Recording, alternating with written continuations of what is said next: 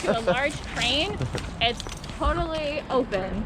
Yeah, well, I would love to walk through it at some point and see what it kind of sounds like a mysterious space. It's very mysterious. Too, so like, I don't know, just as a sculptor and like thinking about like eco-friendly materiality, like that's amazing. When you go into a space and like grab technology. Yeah, let me know if you want to come back. I've done some walks with people and we have literally just like taken items out of it. Thank you. You're welcome.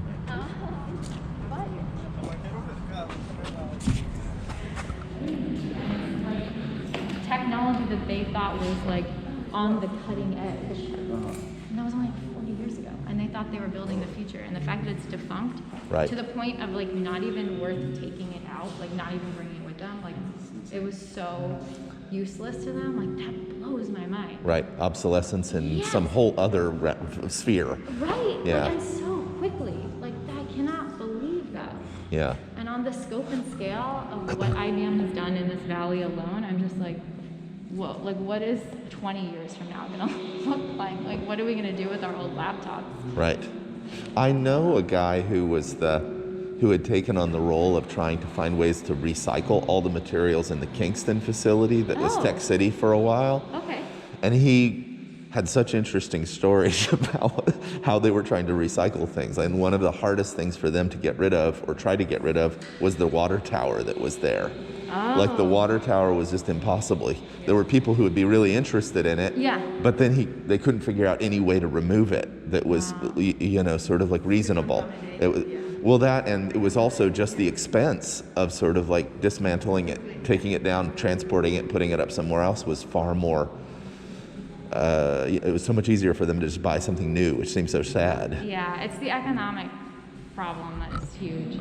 Especially, I think that's one thing that National Resources, the development company, is doing really well. They only work with brown zones, if that's the correct terminology. It's not super fun, but browns. So they only work with abandoned industrial complexes.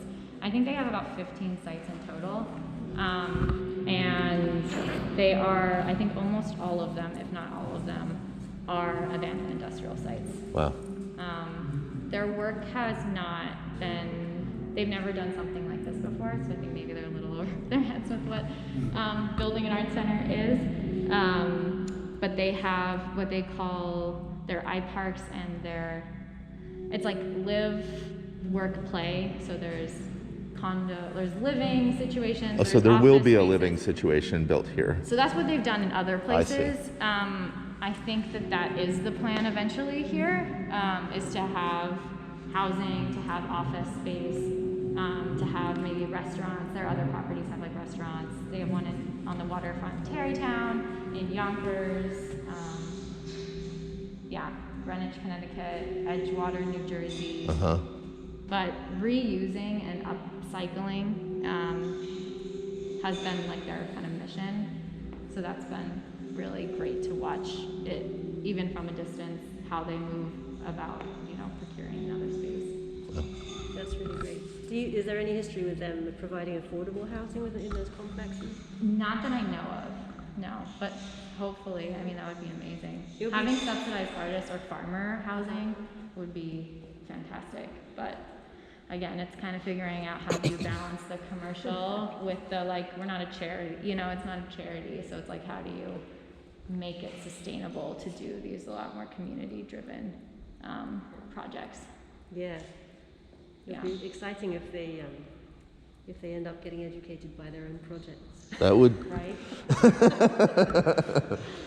I'll tell you, it is an uphill battle. Sure. Up to you. I've been pushing the millstone up for a long time. And at any moment it's coming back down. And I just gotta watch out for my feet. That's good work. Good for you.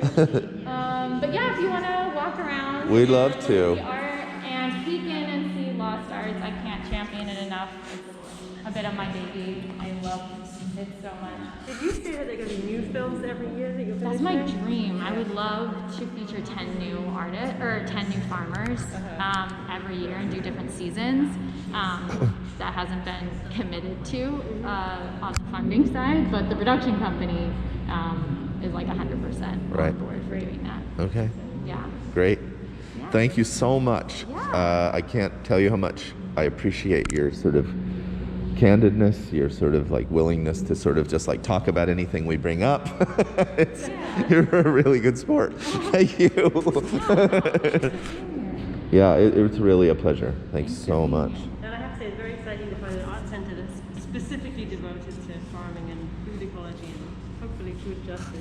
Yeah. That's amazing. Thank you. Which is particularly important to us as a class because we are trying the best we can to sort of figure out like what we should be tracking relative to sort of like, I don't want to call it trends, but like what is happening in the art world right now. Right. And this feels relevant. So thank you for that. Yeah, no, thanks for supporting it and coming here and being a part of it. Will Heinrich, who was here yesterday many times, he also said that he sees work, not only work, but whole shows and galleries being a lot more concerned with, especially food systems. So that's encouraging to hear him say that, that's been a trend he's seeing as well. Yeah. Yeah. And it's also a wonderful, interesting conversation to think about how that then comes out of the galleries and starts to reach beyond. Exactly. I mean, that like putting an actionable component to it is like so, and I had no idea I had no idea what anything was going to be. So I had no idea that would become so important to the project. Yeah. But even if, I'm transitioning it onto somebody else, like that, putting together a plan for that has been what I've been working on right now to just like, yes, it has to have a commercial aspect. Yes, it has to be something public facing, but how do we also, like it wouldn't be that much to put a prep kitchen in the back. Freezer storage takes up more space, but it's not super expensive to build.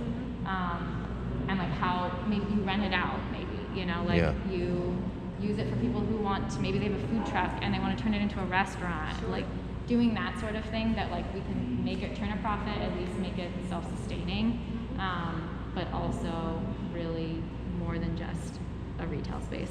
Yeah. So that's kind of the next dream. So welcoming any ideas, thoughts, feelings about what to do in that bay. Are you familiar with the Force Majeure and the Harrisons, Newton and Helen Harrison? No. Oh goodness.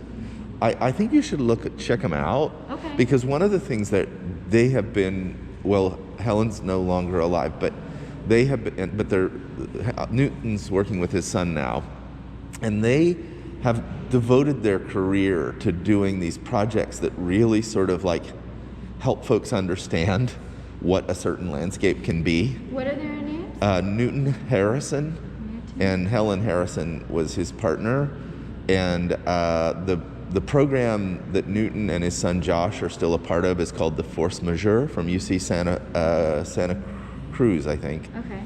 And it would be really worth looking at it because they just do this like marvelous kind of like other sort of like scale thinking about ecosystems that just might be really super cool. I'll check it Given sort of like the surrounds, and the kind of like fantasy of, what does the larger landscape become? And here are some folks that actually have a certain kind of like capacity for making people listen to those ideas at that scale. So I don't know if there's anything there, but you seem to have an incredible capacity for reaching out to people and getting them to sort of like participate.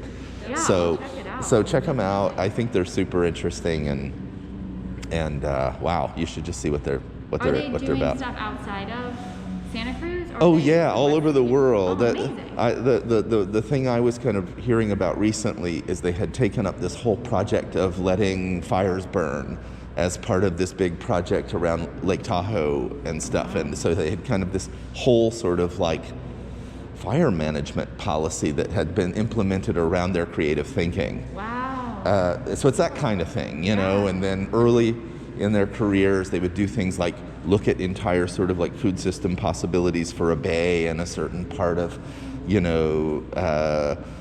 don't know, it was They went to Holland actually. China. They were hired by a town in Holland to look at a huge area that's, most of Holland is completely occupied by farms and dwellings, but there are a few forested areas left. And they were hired by, I think, the region or whatever to look at the entire thing and how it fitted together and all these complex factors and kind of zoom right out and redesign how everything fits together. Yeah. So that's super very exciting. Newton's got this kind of capacity for sort of like floating over and understanding how all the pieces fit. That's amazing. So I don't know. Yeah, And it would be definitely right check up it their out. alley to think about like, well, how does something like all this machinery factor into? So just putting it And out this there. land. Yes, that's what I think. And the community and all the other things that exist around Yeah. here. And history Yeah. of this area. They'd be really interesting partners, and they just have, I don't know, 50 years of experience doing this work. Wow. Yeah, So, I'll definitely check it Throwing it out there. out. Yeah, no, amazing. Thank you. Yeah. I mean, Yeah. that's what it needs now. Like, I can get it as far as I can get it, but there needs, I think, a larger, someone who really is going to understand how to synthesize. Yeah. All these And that wasn't about questioning what you've done here. I think No, no, no, what no, you've no, done thank you. amazing things. I'm just saying it's like, oh, here's these Yeah, folks who sort of do this kind of like next level visioning. that's amazing. I think that's what needs to happen, and in a way that like someone who can say this is going to drive this traffic, this is going to support this kind of funding, and see how all the moving parts work together. Yeah. That makes this super critical and essential. Yeah. Like this has to become something that can't like it has to ground everything. So like how do we make this the center of the Right. solar system that goes around it? That kind of seems Yeah. to be what's imperative for the next phase. Fantastic. That and getting some more track lights. Because Jason is not happy about how it looks at night. Uh-oh. We haven't really spent all that much time in Well, you here, have the but now tracks, you daylight just need the savings, lights, yeah. Now it's dark, but like usually we're not in here at night. I've only really had day events, so I didn't realize that when it's dark you can't Right. really see the maze, I don't know what she was thinking though. It should illuminate itself. right? I'll just throw some string lights up there. See. It's holiday themed. Whatever holiday you celebrate, string lights are a part of. There is. So if you walk straight through. All right, I'm gonna cut this so I can actually